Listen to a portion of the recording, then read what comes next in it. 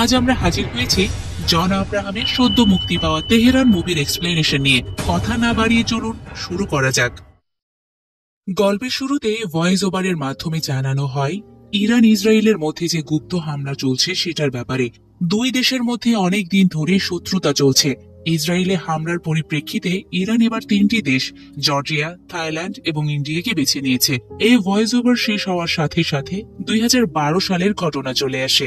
Delhi special police officer রাজীবের মেয়েকে মারার জন্য মাখাও নামে একজন থ্রেট দেয়। রাজীব তার টিম নিয়ে সেই মাখাওকে খুঁজতে থাকে, তাই মাখাওয়ের লোকের কাছে আসে তাকে খুঁজতে। লোকটি মাখাওয়ের ব্যাপারে না জানালে তাকে গুলি করে মেরে ফেলে রাজীব। সেই সময় রাজীবের ওয়াইফ, যে আবার এজেন্ট, সে রাজীবকে ফোন করে তাদের মেয়ে পিউকে পিক করতে বলে। সেদিনই আমরা এক বোম ব্লাস্ট দেখি, যে বোম ব্লাস্ট হয় ইসরায়েল এম্বাসির সামনে। সেই ব্লাস্টে এক পথশিশু গুরুতর আহত হয়ে হাসপাতালে অ্যাডমিট হয়। অন্যদিকে রাজীব তার মেয়েকে পিক করে। এই সিকোয়েন্স এমন ভাবে সাজানো হয় যেন মনে হচ্ছিল রাজীবের মেয়েকে টার্গেট করা হয়েছে, কিন্তু দেখা যায় না। রয়ের চিফ সেখানে আসতে থাকলে নীরাজ নামে এক অফিসারকে জিজ্ঞেস করে এই কেসটা কাকে দেওয়া হয়েছে। নীরাজ জানায় রাজীবকে। সে তো মেয়ের থ্রেট নিয়ে চিন্তিত, তাকে কি এই কেস দেওয়া যায়? নীরাজ জানায় সেই পারবে। ঘটনাস্থলে রাজীব সহ সবাই চলে আসে। তারপর রাজীবকে কেস নিতে বললে রাজীব জানায় আমি আমার মেয়ের কেস নিয়ে ব্যস্ত। চিফ বলে একজন হাসপাতালে মৃত্যুর সাথে পাঞ্জা লড়ছে, তার পুলিশ বাবা নেই বলে কি সে সঠিক বিচার পাবে না? এই কথা রাজীবকে কিছুটা নরম করে। তাই সে আগুনে ঝলসে যাওয়া সেই মেয়েটিকে হসপিটালে দেখতে আসে। এসে দেখে মেয়েটির শুধু ছোট্ট একটা ভাই আছে। তো চিকিৎসারত অবস্থায় মেয়েটি সেখানে মারা যায়। এতে মেয়েটির ছোট ভাই একেবারে অনাথ হয়ে যায়, যেটা ধাক্কা দেয় রাজীবকে। রাজীব তাই ছেলেটিকে তার বাসাতেই নিয়ে আসে। সেদিন আবার তার মেয়ে পিউর জন্মদিন ছিল। সেখানে ছেলেটিকে নিয়ে বার্থডে কেক কাটে।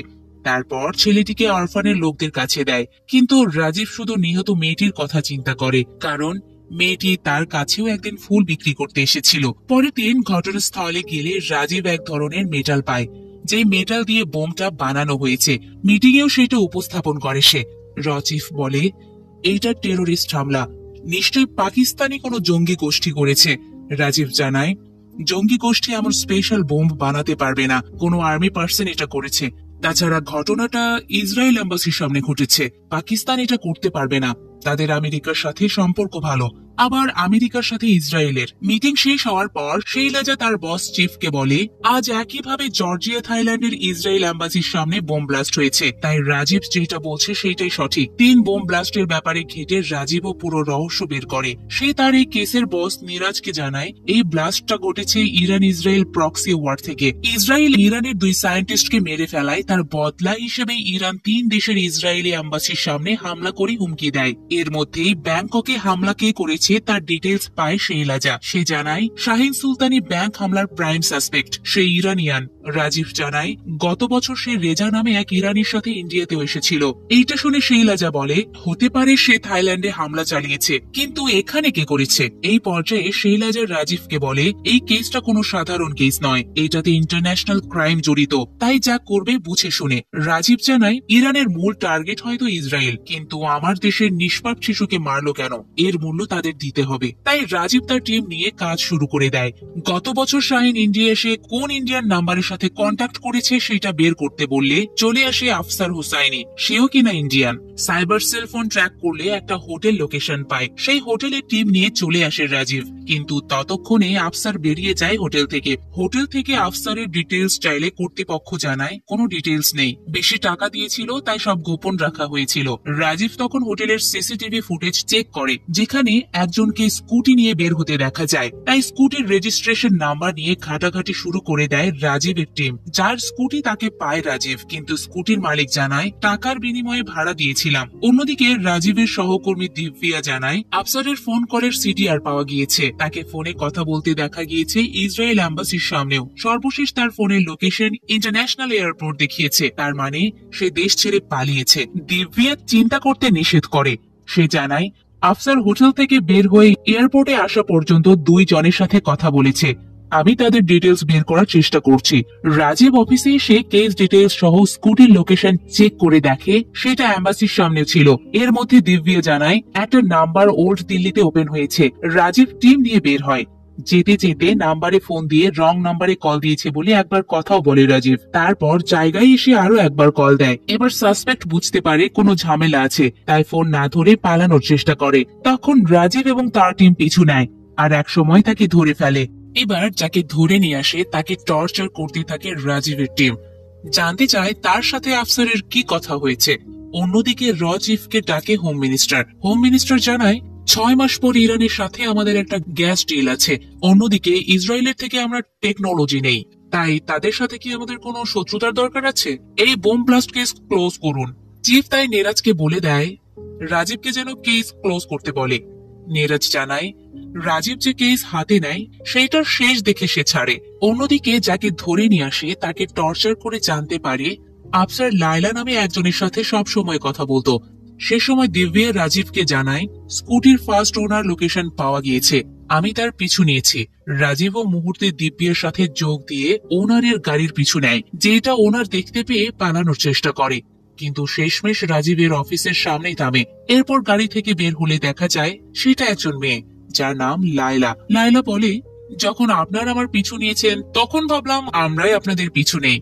তো এরপরে লায়লাকে নিয়ে আসা হয় ইন্টারোগেশন সেলে। ইন্টারোগেট করে শৈলাজা। অন্যদিকে স্কুটি ভালো করে চেক করে রাজীব। স্কুটি মূলত লায়লাই চালাচ্ছিল আর তার পেছনে বসেছিল আফসার। কিন্তু ইন্টারোগেশনে লায়লা জানায় ইন্টারন্যাশনাল রিলেশন নিয়ে একটা রিসার্চে তেহরান যাওয়ার পর আফসারের সাথে পরিচয়। এই দেশে আসলে আমি তাকে ঘুরতে নিয়ে যাই, এই আর কি। তখন সেখানে রাজীব এসে বলে আপনার এবং আফসারের ফোন কল ডিটেলস একদম সেম। আপনি যে স্কুটিতে ছিলেন সেটা স্পষ্ট, কারণ স্কুটি যে চালাচ্ছে তার হাতের নিশানায় আপনার হাতের সাথে মিল আছে। লায়লা এবার ভালোভাবে ফেঁসে যায়, তাই লয়ারকে ফোন করতে তার মোবাইলটা চায়, কিন্তু প্রথম পর্যায়ে দেয় না রাজীব। এই পর্যায়ে রাজীব তার সহকর্মীকে জিজ্ঞেস করে হোটেল সার্চ করে কি কিছু পাওয়া গিয়েছে। সহকারী জানায় বোম বানানোর সরঞ্জাম পাওয়া গিয়েছে, বোম হোটেলেই বানানো হয়। এইটা জেনে রাজীব আবার লায়লার কাছে আসে। এইবার লয়ারের সাথে কথা বলার জন্য রাজীব লায়লাকে তার ফোন দেয়। লায়লা লয়ারকে ফোন তো দেয়, কিন্তু ফোনে পায় না।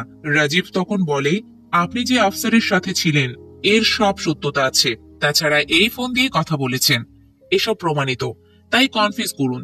তা না হলে 1 বছর এমন এক জায়গায় থাকবেন যেখানে আলো দেখতে পারবেন না। এবার সব বলে দেয় লায়লা। সেজন্য সবাইকে নিয়ে এবার কেস ডিটেলস করে রাজীব। কেস ডিটেলস এর রাজীব বলে শাহিন রেজা এবং আফসার ইন্ডিয়ায় বসে হোটেলে বোম বানায়। তারপর আক্রমণের দিন শাহিন চলে যায় জর্জিয়া, রেজা যায় থাইল্যান্ডে, আর আফসার ইন্ডিয়াতে থেকে একই সময় 3 ইসরায়েল এম্বাসির সামনে হামলা করে। আফসার স্কুটি নিয়ে হামলা করে পালিয়ে যায়। তারা আমাদের দেশে হামলা সরঞ্জাম বানিয়েছে, তাদের ছাড়া যাবে না, স্পেশালি আফসারকে। এই পর্যায়ে লন্ডন দেখানো হয়, যেখানে এক টিভি নিউজে দেখানো হয় ইরানিয়ান 2 ইন্টেলিজেন্স শাহিন এবং রেজার লন্ডনের রহস্যজনক মৃত্যু। তারা কোর্টে এসেছিল, সেখানেই তাদের মৃত্যু হয়েছে। ইসরায়েল এই মার্ডারের দায় স্বীকার করেনি। সিন শিফট করে আফসারকে দেখানো হয় সে এক ইসরায়েল এজেন্টকে সন্দেহ করে, তাই তাকে মেরে ফেলে। মেরে ফেলার পর আফসার ইরানের আর্মির কোয়ার্টারে এসে তার সঙ্গী 2 জনের অটোপসি রিপোর্ট নেয়, কিন্তু আর্মি জেনারেল আবার আফসারের কাছ থেকে খোঁজ নিতে থাকে সে যে ইসরায়েল এজেন্টকে মেরেছে তার। আফসার তখন চুপচাপ থাকে। আর্মি হেডকোয়ার্টার থেকে বের হয়ে আফসার এক হ্যাকারকে নিয়ে লন্ডনের কোর্টের সিসিটিভি হ্যাক করে শাহিন এবং রেজার মার্ডারের দিনকার পুরো ঘটনা দেখতে থাকে। পুরো সিসিটিভি ফুটেজ চেক করলে আফসার রাজীবকে দেখতে পায়। এতে সে বুঝতে পারে কোন ইসরায়েলি কেউ তার সাথে 2 জনকে মারেনি, মেরেছে এক ইন্ডিয়ান। তাই ব্যাপারটা আর্মি জেনারেলকে বলে। এই পর্যায়ে ইরানিয়ান ফরেন মিনিস্ট্রি ইন্ডিয়াকে গ্যাস দেওয়া নিয়ে একটা মিটিং রাখে ইন্ডিয়ান এম্বাসির সাথে। সেই মিটিং এ ইরানিয়ান মন্ত্রীর কাছে এসে আর্মি জেনারেল বলে ইন্ডিয়ানরা আমাদের এজেন্টদের মেরেছে, তাদের সাথে গ্যাস ডিল ক্যান্সেল করেন। এইটা শুনে ইরানিয়ান মন্ত্রী ইন্ডিয়ান হাই কমিশনারের সাথে গ্যাস ডিল নিয়ে তালবাহানা করতে থাকে। ব্যাপারটা তখন ইন্ডিয়ান হাই কমিশনার বুঝতে না পারলেও ইরানিয়ান মন্ত্রী সরাসরি বলে এক ইন্ডিয়ান আমাদের ইরানিয়ানদের মেরেছে। তখন ইন্ডিয়ান গভর্নমেন্ট ক্লিয়ার হয়ে যায়, তাই তারা বলে আমাদের র এবং ইরান আর্মি মিলে তাকে খুঁজে বের করবে। ইন্ডিয়ান গভর্নমেন্ট জানে কে করেছে, তারপরও মাইন্ড গেম খেলে। কিন্তু চিন্তার ভাঁজ পড়ে যায় শৈলাজার, কারণ সে জানে রাজীব অফিসারকে শেষ করতে ইরানেই যাবে। তাই শৈলাজা ইসরায়েল এম্বাসিতে এসে হাই কমিশনারকে বলে কিছু একটার ব্যবস্থা করতে। আমাদের টিম বিপদে পড়েছে। নেরাজ ফোন দেয় রাজীবকে, ফোন দিয়ে মিশন অ্যাবর্ট করতে বলে, কিন্তু রাজীব তার 2 সহকর্মীকে নিয়ে ইরানের উদ্দেশ্যে আজারবাইজান চলে আসে। রাজীব পেছনে ফিরেও যেতে চায় না, তাই ফোনের সিগন্যাল নেই এরকমটা সে অভিনয় করে। কিছুক্ষণ পর শৈলাজা রাজীবকে ফোন দিয়ে কিছু একটা ক্লু দেয়। সেই ক্লু পেয়ে রাজীব এবং তার টিম তাদের ফোনগুলো সেখানে রেখে দেয়। তারপর কেউ একজন তাদের আবুধাবির পাসপোর্ট দিলে তারা আবুধাবি চলে আসে। আবুধাবি থেকে একজন আবার তাদেরকে আবুধাবিতে অবস্থিত ইসরায়েল এজেন্ট মোসাদের অফিসে নামিয়ে দেয়। রাজীব মোসাদের এজেন্টদের দেখে অবাক হয়, কারণ তাদের আবুধাবি থেকে ইরানে যাওয়ার কথা, কিন্তু তাদের কিনা আবুধাবির মোসাদ এজেন্টদের কাছে নিয়ে এসেছে। মোসাদ এজেন্টরা আবার বলে, দেশ থেকে কেউ একজন তোমাদের সাথে আছে, আর তোমরা কাল সকালে দিল্লি যাচ্ছ। মানে প্ল্যান থাকবে দিল্লি, কিন্তু রাজীব এবং তার টিম যাবে তেহরান, অর্থাৎ ইরান। তাই রাজীব বলে সকালে তারা দিল্লিতে না পেয়ে তুল কালাম করবে। পরের দিন সকালে শৈলাজা রাজীবকে ফোন দিয়ে পায় না। সেই সময় র এজেন্ট তার বাড়িতে আসে, তাই সে ফোন নষ্ট করে ফেলে আর কোনো একটা কাগজ গিলে খাওয়ার চেষ্টা করে। সেদিনই আবার ইরানিয়ান ফরেন অ্যাফেয়ার্স থেকে কল আসে ইরানে অবস্থিত ইন্ডিয়ান এম্বাসির কাছে। ফোন করে জানানো হয়, আপনাদের একজন ইরানে ঢোকার চেষ্টা করছে, তাকে সামলান, তা না হলে ফলাফল ভালো হবে না। ইন্ডিয়ান হাই কমিশনার তখন কে ফোন করে বলে, যেভাবে হোক এইটা সামলান, তা না হলে গ্যাস ডিল বন্ধ হয়ে যাবে, প্রধানমন্ত্রীও বিপদে পড়বে। পরের দিনে মোসাদ এজেন্টরা রাজীব এবং তার টিমকে আবুধাবিতে পৌঁছে দেওয়ার জন্য পোর্টে নিয়ে যায়। অন্যদিকে আফসার শুধু খোঁজ করতে থাকে রাজীবের। রাজীবকে সাহায্য করার জন্য শৈলাজাকে নিয়ে আসা হয় র অফিসে। শৈলাজা মুখ খোলে না, কিন্তু তার ডায়েরিতে পাওয়া যায় আবুধাবিতে রাজীবকে কে সাহায্য করছে তার ঠিকানা। সেই ঠিকানা ইন্ডিয়া আবার তুলে দেয় ইরানের হাতে। ইরানের আর্মি সেই ঠিকানা দেয় আফসারের হাতে, জানাই খুব দ্রুত ব্যাপারটা শেষ, তা না হলে নিজের অবস্থাও খারাপ হয়ে যাবে। আফসার ঠিকানা পেয়ে তার লোক সৈয়দকে নির্দেশ দেয় খুঁজে বের করার জন্য। সৈয়দের আবুধাবির লোকজন হেল্পকারীকে পেয়ে মেরে ফেলে। এরপর ল্যাপটপ ঘাটলে দেখে অনেকগুলো পাসপোর্ট। সেই সাথে জানতে পারে রাজীবকে পোর্টের মাধ্যমে ইরান পার করে দেওয়া হবে।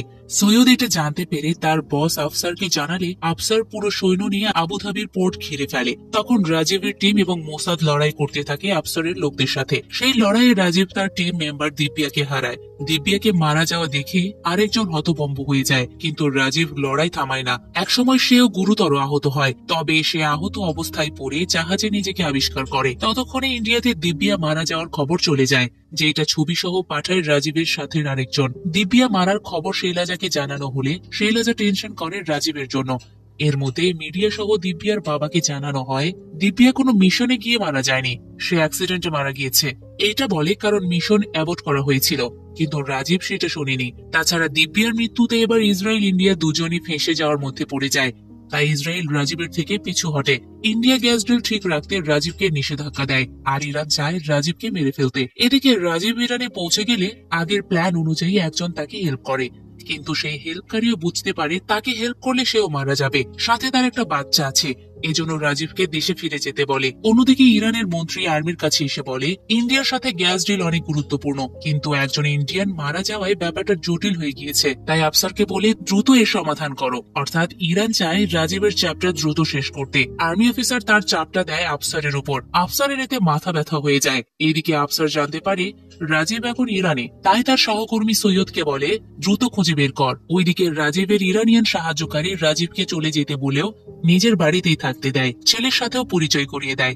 রাজীব এবার সেই ইরানিয়ান সাহায্যকারীর কাছে আফসারের ব্যাপারে জানতে চাইলে সাহায্যকারী জানায় আফসারের ডান হাত হচ্ছে সৈয়দ, তার কাছে যেতে পারলেই আফসারের কাছে যাওয়া যাবে, দেখি সৈয়দের খোঁজ নিতে পারি কিনা। আফসার সৈয়দকে নিয়ে যে কথা চলছে সেইটা আবার আফসারের এক স্পাই শুনে তাকে জানায়। তখন আফসার তার স্পাইকে রাজীবের সর্বক্ষণের খবর দিতে বলে, সেই সাথে তাদের টার্গেট যে সৈয়দ সেটা সৈয়দকে জানাতে না করে। পরের দিন ইরানি সাহায্যকারী তামির রাজীবকে জানায় আজকে সৈয়দ তার ছেলেকে ফুটবল ম্যাচ দেখাতে নিয়ে যাবে।